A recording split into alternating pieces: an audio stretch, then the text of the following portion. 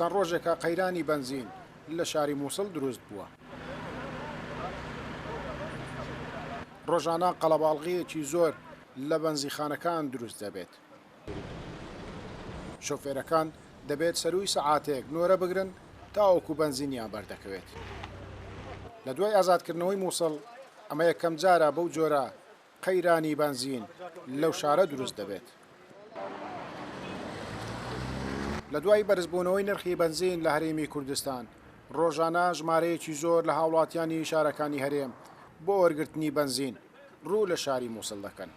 خودی برا پانزین یا گرانە دۆگێ وام ساختێکسینە مام ڕۆژانە تێنە میسل پانزینە داگرنە بەزەڤڕە دۆگێ و بخۆ شۆلتکەنم هەرێ و پانزین ژی ڤێریا بیازە فەردی و زەوجی ڕۆژێکی فەردیە ڕۆژێکی زەوجیە و ساختێکسیە دۆگێکی خڕ تێنە ڤێرێ عالم فەقیرە بخۆ شۆلت کرد و ڤێرم حەسکن کوردستانی پانزینە ئەرزان کرد ومە چ شوانە بێت پانزین کوردستانی 750 800 هەر پانزخانێک هەری کەیفا خۆت فرۆشت لما بكنا 500 دام عالمك بخو مجتمعك بخو شول بكت قلنا عالم فقيرة ساق تاكسيك هي إيجارة فيك هي فقيرة قلناها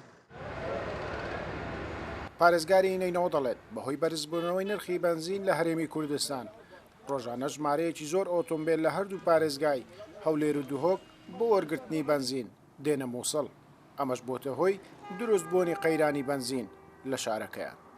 وأسعار الوقود بإقليم كردستان مرتفعة يعني فرق كبير.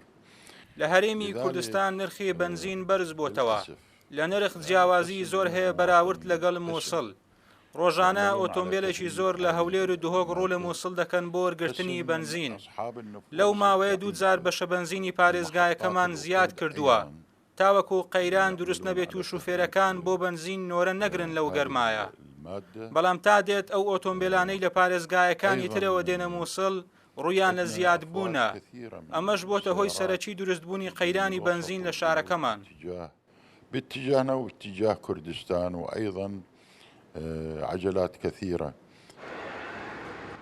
بەشی هەرە زۆری بەنزینی پارێزگای نینەوە لە پاڵاوگایەکانی هەرێمی کوردستان دێت لە بەنزیخانەکانی ئەم شارە بە نرخی 450 دینار دابەش دەکرێت. گەیلان بۆتانی کوردسات نیوز موسڵ.